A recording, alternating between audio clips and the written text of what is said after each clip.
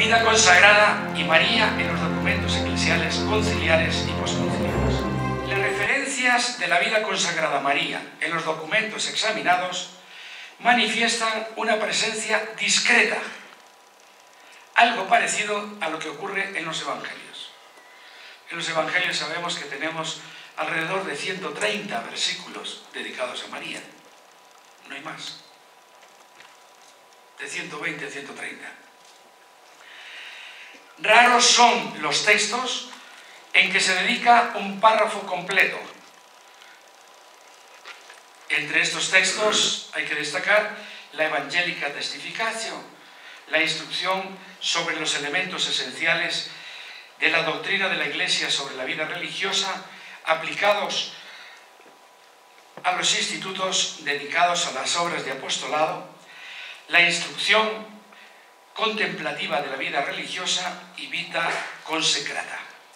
Estos documentos sí dedican un párrafo expresamente a María. Las alusiones a María son más bíblicas que tomadas de la fe, de la totalidad de la fe eclesial sobre María. O sea, hay un acercamiento más bíblico, menos histórico-dogmático, por decirlo así. En la mayoría de los textos se habla de María al final del documento y a modo de una plegaria de invocación. Casi como que no se puede cerrar el documento si no se alude a María, invocándola y con una forma de exhortación o invocación. En muchos casos se trata de documentos específicos sobre algún aspecto particular de la vida consagrada y por ello las citas marianas se relacionan con dicho aspecto. Si se trata de la vida contemplativa, evidentemente María se presenta como contemplativa y así sucesivamente.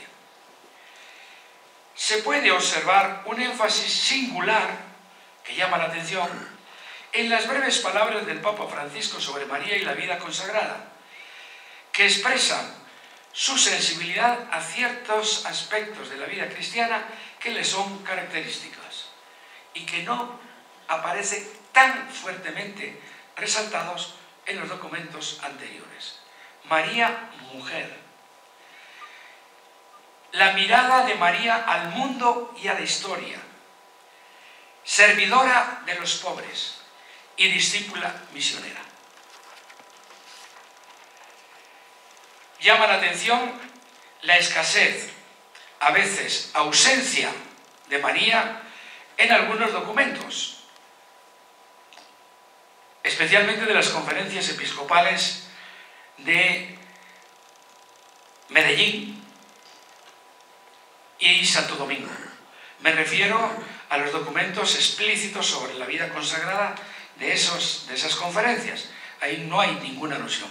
En Medellín la ausencia de María es notoria en todo el texto, salvo una alusión en la introducción.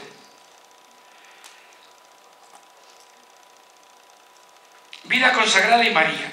Visión de conjunto de los documentos magisteriales y posconciliares. El análisis de los textos marianos relacionados con la vida consagrada nos permite observar estos núcleos alrededor de los cuales se pueden reagrupar otros aspectos de dicha relación. El que más se resalta de todos es María, modelo de la vida consagrada. María, modelo. Sigue María, madre, no referida a Jesús, sino la maternidad espiritual de María. María, servidora de los demás, y algunos aspectos de la devoción a María en donde hay una función de oración e intercesión. María, modelo, ejemplo para la vida consagrada. Este es sin duda el aspecto más sobresaliente del conjunto de datos analizados. En el texto escrito ustedes podrán encontrar la cantidad de documentos en donde aparece Evangelica Testificatio, instrucción, dimensión contemplativa de la vida religiosa, la vida fraterna en comunidad, desarrollo de la pastoral de las vocaciones en las iglesias particulares, Redemptionis Donum, Benite Eorsum, Vita Consecrata, mensaje del Papa Francisco en la apertura del año de la vida consagrada. María es vista como modelo a imitar y a seguir en la vida consagrada. Esta ejemplaridad se explicita como modelo de llamada y respuesta a Dios. Este es un aspecto. Modelo de llamada y respuesta a Dios. Modelo de consagración. Modelo de seguimiento a Dios y de servicio al prójimo. Modelo en la vivencia y práctica de los consejos evangélicos. Modelo en el orden de la fe, esperanza y caridad. Son múltiples los textos de los cuales exponemos a continuación algunas muestras para ver precisamente cómo estos documentos expresan este concepto. María, modelo de llamado y respuesta a Dios. Por ejemplo, en Redemptionis Donum, dice: fiel es Dios, por quien habéis sido llamados a participar con Jesucristo, su Hijo y Señor nuestro.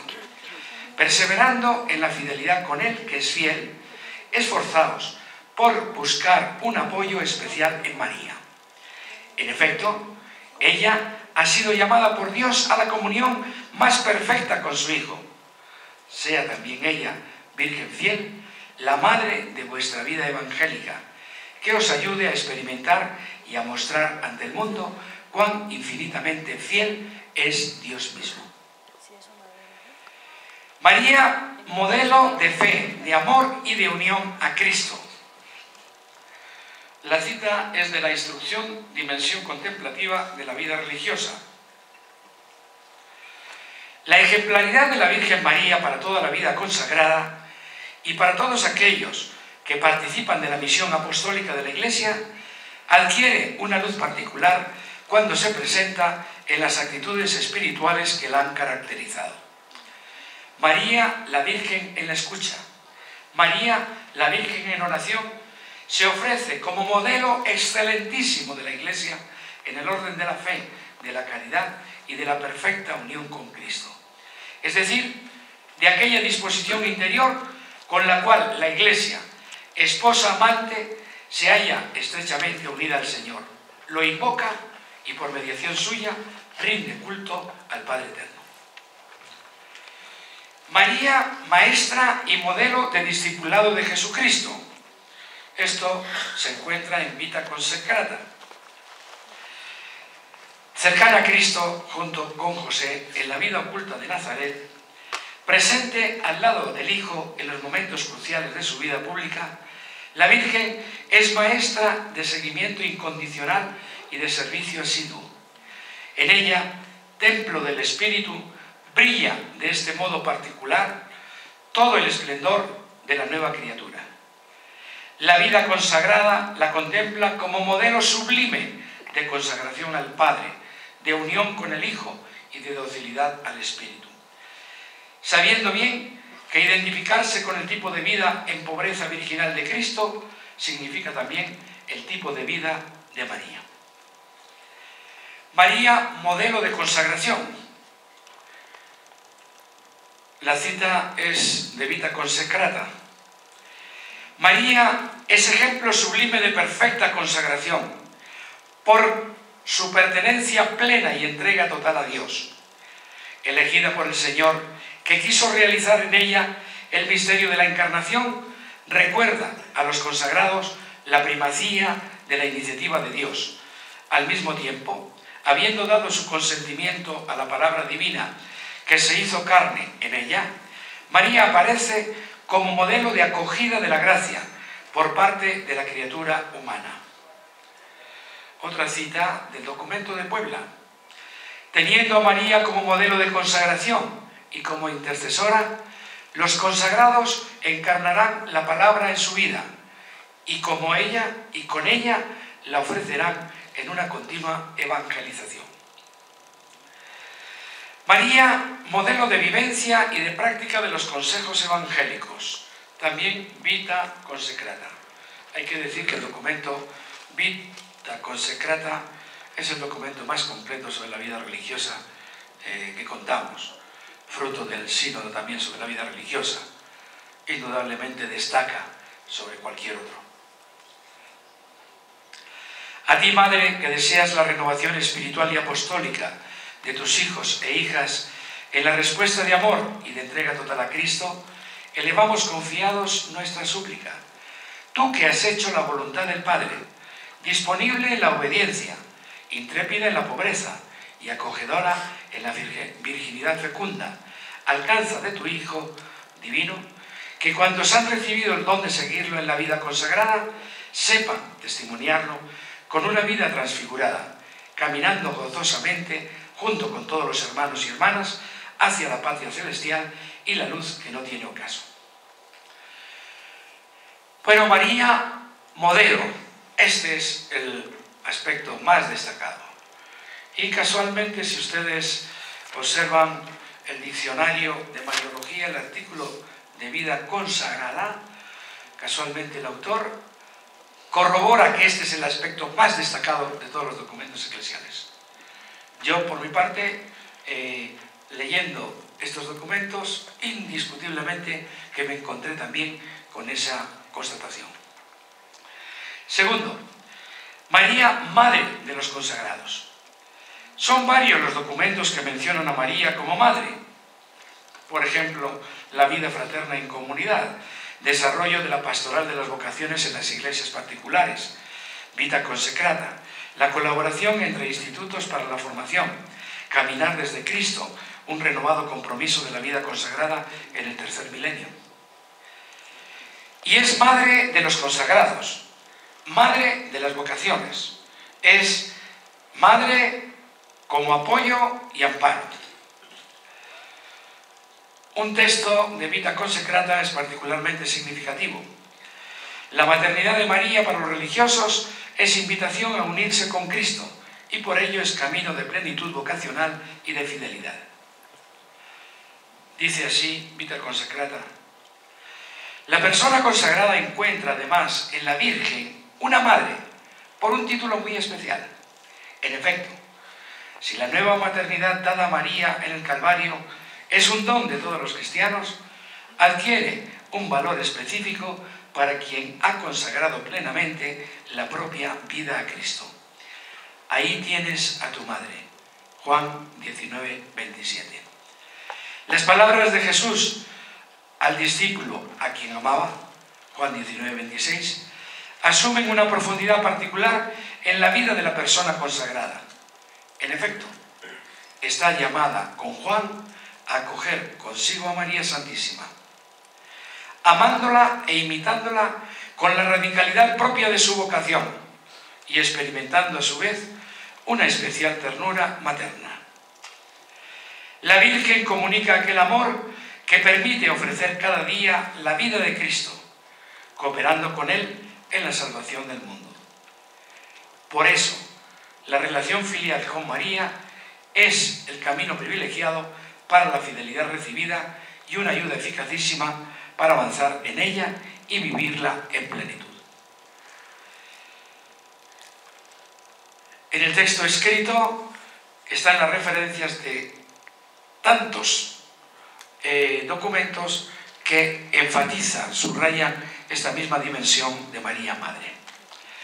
Pasamos al tercer aspecto. María Servidora invita al servicio a los hermanos de parte de los consagrados. Este elemento no está tan presente en los documentos analizados. En algún texto apenas se asoma esa dimensión, haciendo referencia a la visita a Isabel. En algunos fragmentos del Papa, sin embargo, se hace sentir más. Al decir del Papa, estoy haciendo alusión prácticamente a estos documentos que han salido recientemente, Testigos de la Alegría, carta apostólica a los consagrados y consagradas hacia el año dedicado a la vida consagrada. También una segunda carta circular a los consagrados en el camino por los signos de Dios, que recoge palabras del Papa Francisco, y una tercera carta circular en el año dedicado a la vida consagrada, también palabras del Papa Francisco.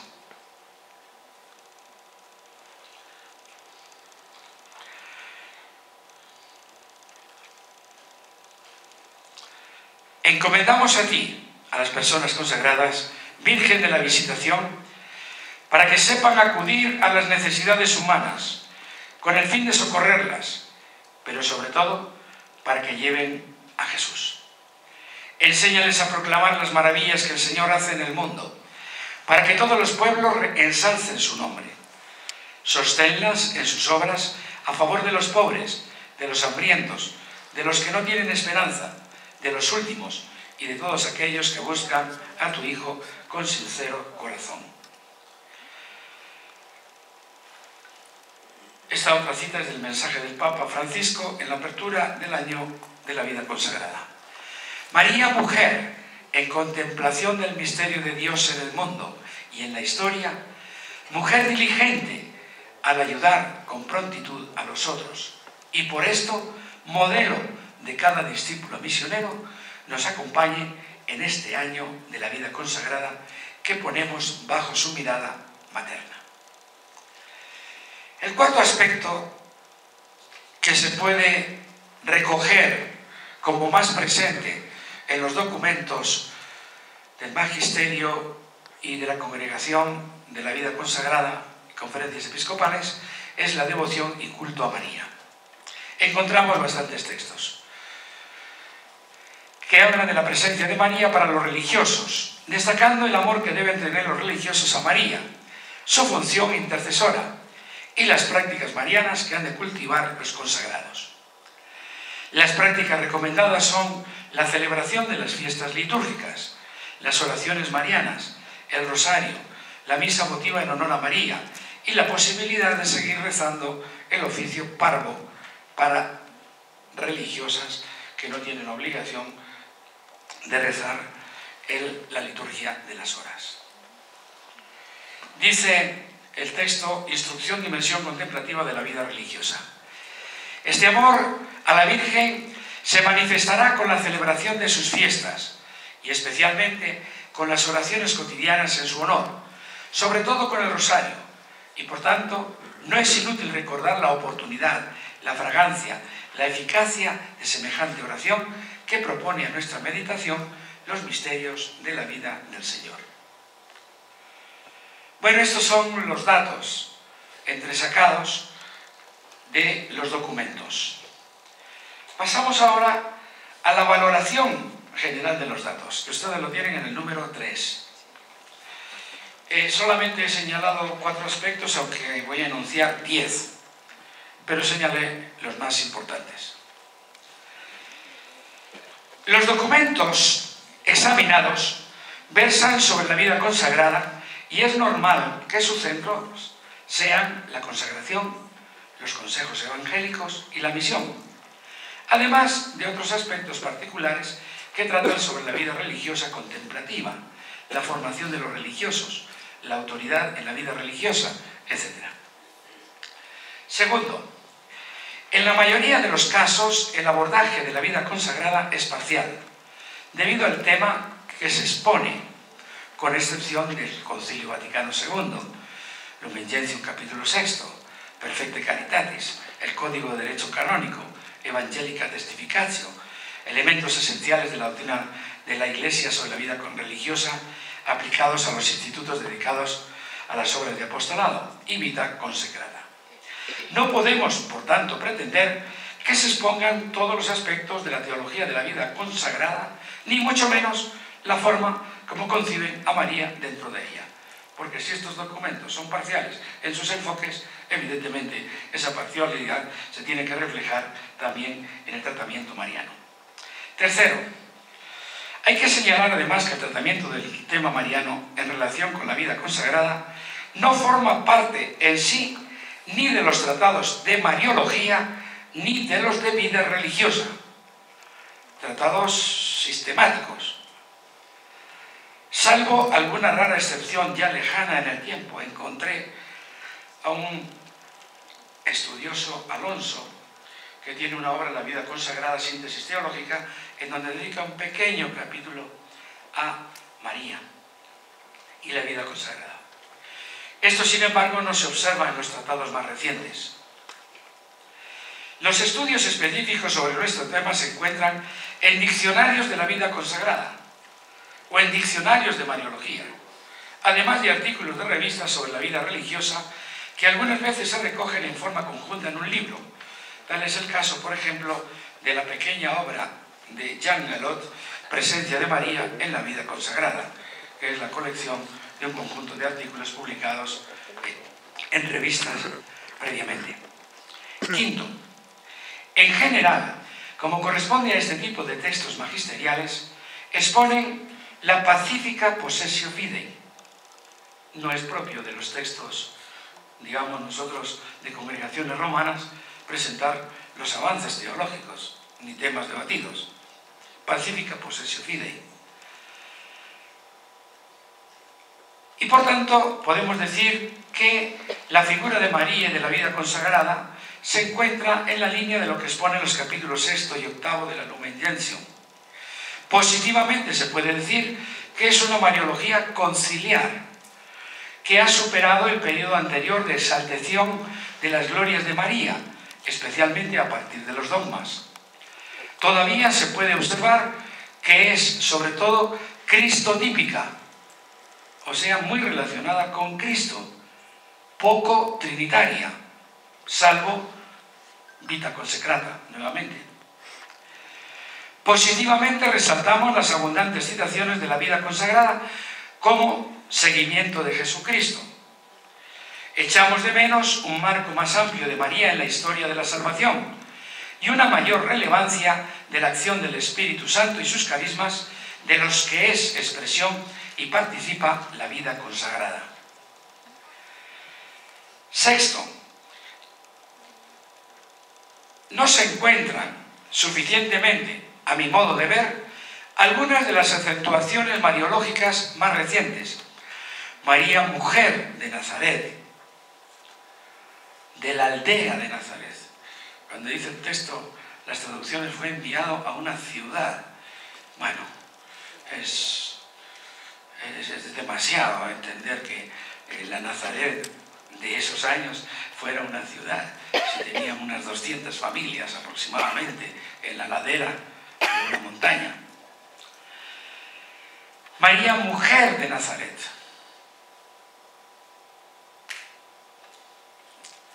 Si María contemplara muchas de nuestras figuras de María y dijera, esa eres tú, ¿qué diría María? Yo.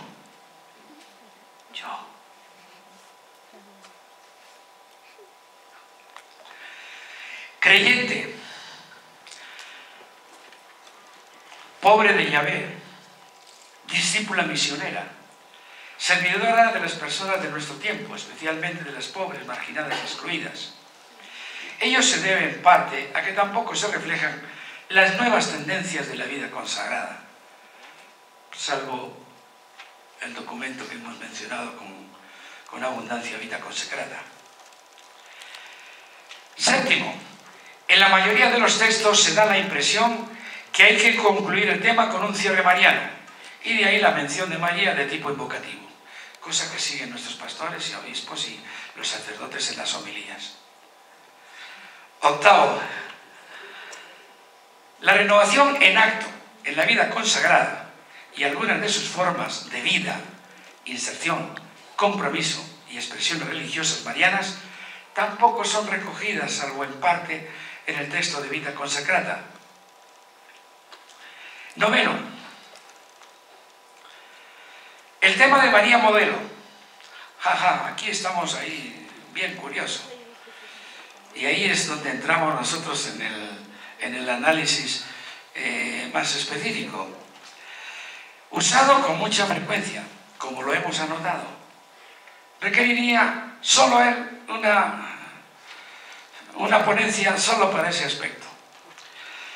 Por una parte, porque las circunstancias de la vida de María fueron muy diversas a la vida de consagrados actuales. ¿En qué sentido es modelo?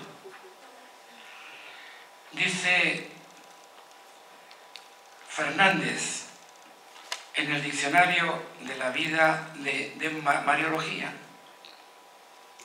no, en el diccionario de la vida consagrada, dice: María fue una mujer casada.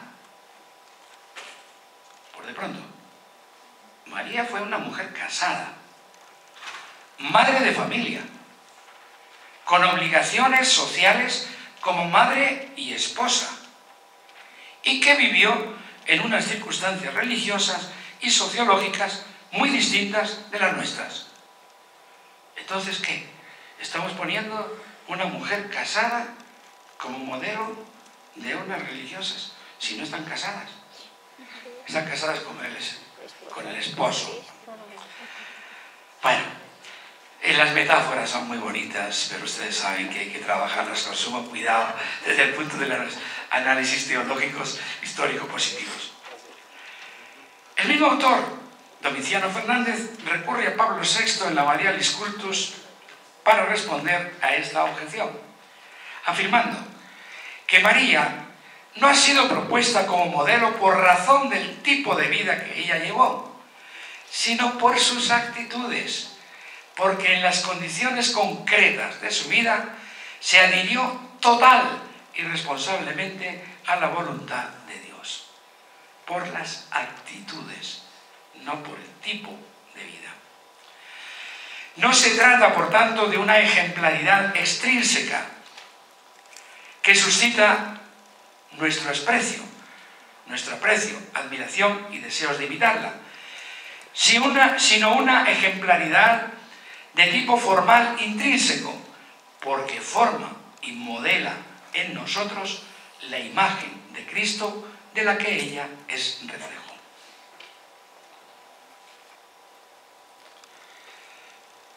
Décimo, reflexionando sobre los datos examinados en la relación vida consagrada María, nos preguntamos, y este es el segundo cuestionamiento. Evidentemente son más preguntas que no respuestas, pero sí creo que conviene recoger unos datos y en un congreso ponerlos bajo una lupa más crítica. ¿Cuál es la diferencia en lo que se está afirmando de María en cuanto primera y perfecta discípula, modelo de escucha y respuesta a Dios, modelo de consagración y seguimiento de Jesucristo más de cerca, como dicen los textos, de entrega a los hermanos? ¿Cuál es la diferencia de esto que se dice de María y lo que se puede decir de cualquier cristiano de la comunidad eclesial?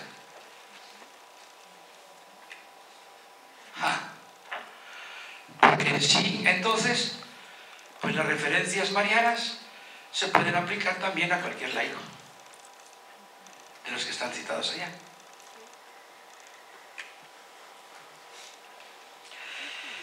Indudablemente que entramos aquí en la discusión de lo que representa lo que los teólogos, a partir de Congar, Bruno Forte y otros, han llamado la ontología de la gracia, que es constitutiva del bautismo. Por la gracia, por el bautismo, todos recibimos un ser, una esencia fundamental de la salvación. Todos. Propia de todo cristiano, y la vivencia de ella según los carismas propios de cada quien en la Iglesia.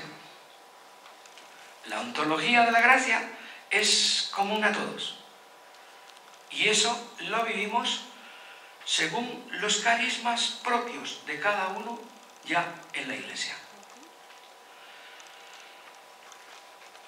Teológicamente tenemos que afirmar la llamada de Dios y respuesta humana en un plano de igualdad fundamental cristiana, si no queremos recaer en concepciones de superioridad de grados de santidad. Es que los religiosos, ustedes están más cerca de Dios.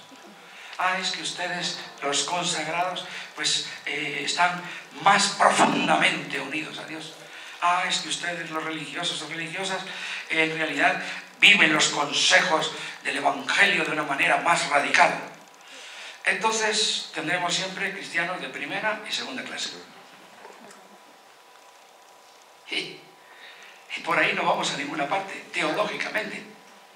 Aunque nos satisfaga a los religiosos. Pero teológicamente. Y en esto, en realidad, ¿qué es lo que tenemos que decir? Tendríamos que recomendar mucho a los maestros de novicios y maestras que sean buenos teólogos, para que no digan de la vida religiosa lo que no es. Que sean buenos teólogos. Pero no he venido aquí a dar recomendaciones a los maestros de novicios. Creo que la falta de una mayor reflexión neumatológica nos mantiene todavía maniatados y que no podamos dar respuestas más satisfactorias a esta problemática. Los consagrados no deberían afirmar verdades comunes a todo cristiano como si fueran ellos los únicos recipientarios. Hay un debate abierto y la necesidad de una teología de la vida consagrada y de la mariología que sean tales y que se entrelacen con el conjunto de la teología. Alois Müller, un mariólogo, escribió una obra hace tiempo en donde indicaba que la mariología tenía que ser teología y no podía ser otra cosa y utilizar la mariología actual. Presenta unas características que pueden enriquecer el acercamiento con la vida religiosa. Primera, una mariología enmarcada en la historia de la salvación. La mariología actual presenta como una característica punto de partida y enfoque global un marco trinitario. Stefano de Fiores, creo que el mayor mariólogo de la segunda mitad del siglo XX, dice que el punto central, concretamente de la mariología de la Lumen Gentium, es este marco trinitario. María es parte de esa historia salvífica, llamada y elegida por Dios, Madre Virgen, creyente y discípula, unida a Cristo y a la comunidad cristiana primitiva. Hay que reconocer que la mariología anterior era eminentemente cristotípica. O sea, que estaba más referida a Cristo. Y lo que se afirmaba de Cristo se aplicaba a María. Era una correlación entre ambos. María era vista como Madre de Dios. Y este título envolvía el conjunto de la reflexión y piedad mariana. Georg Söll, en la obra Dogmengeschichte alemana, tiene el volumen Historia de los dogmas marianos y señala que el versículo más importante para la mariología es Gálatas 4:4. Nacido de mujer. Nacido de mujer. Yo fui alumno de Georg Söll y creo que refleja el momento en que él escribió esa obra. Evidentemente hoy en día bastantes mariólogos discordarían concretamente de afirmar que ese es el versículo más importante desde el punto de vista de la mariología. En el Vaticano II se enfrentaron las corrientes cristotípicas y eclesiotípicas. Las cristotípicas eran los que proponían fundamentalmente desarrollar todavía más la mariología tradicional y, si fuera posible, añadir un nuevo dogma, hacerlo. Estas corrientes estaban representadas por teólogos españoles, algunos italianos y algunos latinoamericanos y demás. Y las corrientes eclesiotípicas, más centroeuropeas, belgas, holandesas, francesas y alemanas, que preferían que más que ver a María sobre la comunidad, se viera como miembro de la comunidad eclesial. Miembro de la comunidad eclesial. Bueno, no se pusieron de acuerdo. En primer lugar, porque la corriente cristotípica quería hacer un documento aparte sobre María.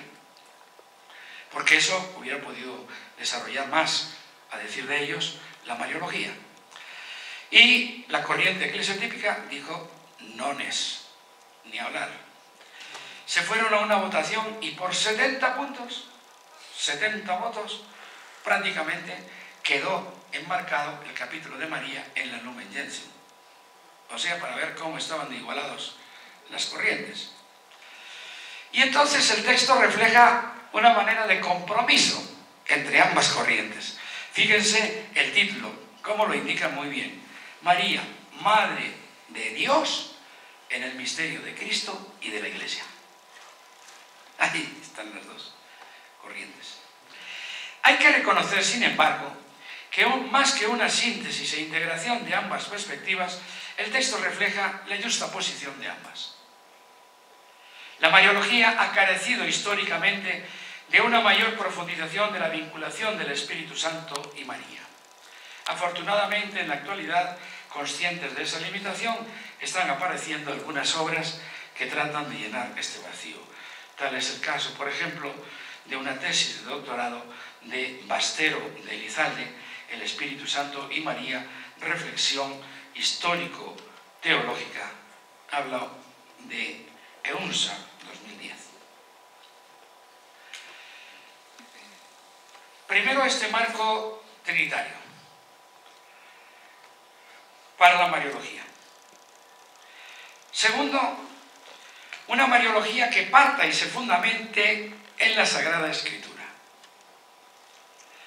La perspectiva bíblica está hoy muy presente en los estudios teológicos sobre María.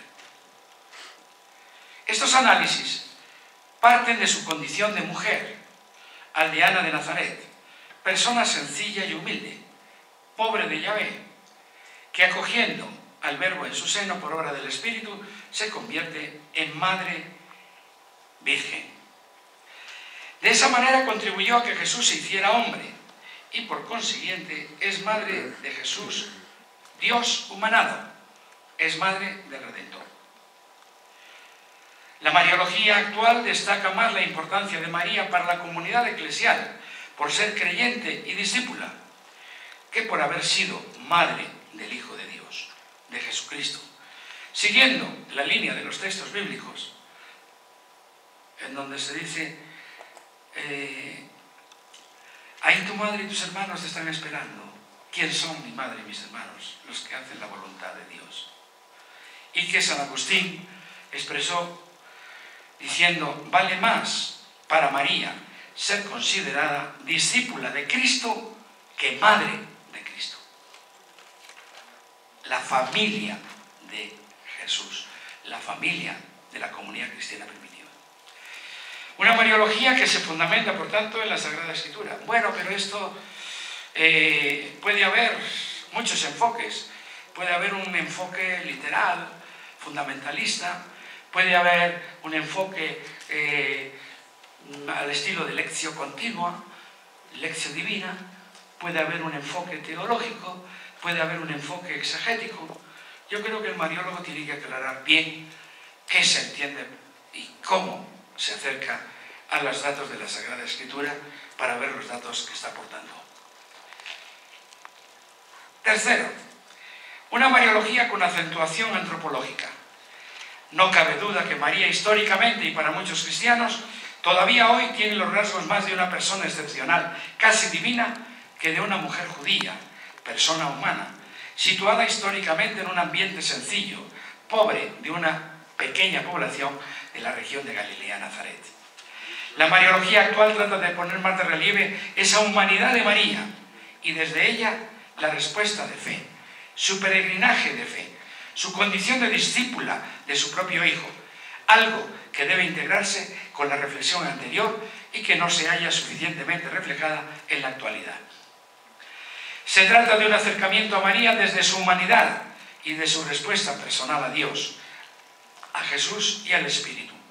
No se trata de un acercamiento reductivo, sino integrativo, pero desde otra perspectiva. Cuarta, mariología más eclesiológica y litúrgica. La mariología actual quiere poner de relieve mucho más que en el pasado las dimensiones eclesial y litúrgica. El Vaticano II recalcó ambas perspectivas. En el primer caso, indicando la colocación y función de María en el misterio de la Iglesia. María es miembro, modelo excepcional para todos los cristianos en el orden de la fe, del amor, de la santidad y de la realización definitiva. Y a propósito del culto a María, el Vaticano II recomienda especialmente el litúrgico. ¿Para qué? Para no crear ciclos apartes del ciclo litúrgico, para no crear un paralelismo entre la liturgia y las prácticas piadosas. Y tenemos que decir, aunque no lo desarrollo acá, que existe un hiato, una separación enorme entre muchísimas prácticas religiosas marianas y lo que la teología mariana dice. Y aquí se puede decir, bueno, ¿quién está equivocado? Los teólogos. Como históricamente han estado equivocados en algunas definiciones, pues también ellos siguen equivocados. O hay que hacer un esfuerzo de acercamiento entre ambos, precisamente para quitar este tipo de hiato, que lo intenta medianamente el texto del Directorio sobre liturgia y piedad popular, pero a mi modo de ver es una especie de concesiones a la religiosidad popular sin mantener la centralidad de la liturgia como eje vertebral de la celebración cristiana. María, servidora, liberadora.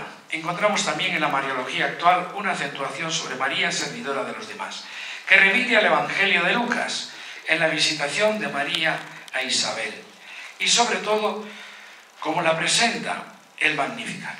Yo tengo una percepción sobre esto, también siguiendo las huellas de Stefano de Fiores, que como sabemos el Evangelio de Marcos, lo han dicho en estos días, hay unos textos que se llaman a veces antimarianos, capítulo 3 y capítulo 6, porque en realidad estaban tratando de defender la familia cristiana frente a la familia carnal de Jesús, que parecía que tenía intenciones de apropiarse de puestos en la comunidad religiosa primitiva. Y por eso resalta más la importancia de la familia nueva que crea Jesucristo. Pero sin embargo, Lucas es muy diverso. En Lucas estamos al final del siglo I y en realidad hay un aprecio ahí de María extraordinario. El Magnificat muy probablemente debió ser un cántico de la comunidad cristiana, que cantaba la comunidad cristiana como exaltación a María, hecho y rehecho a base de textos de los salmos y de toda la serie de cosas, pero un cántico como tal.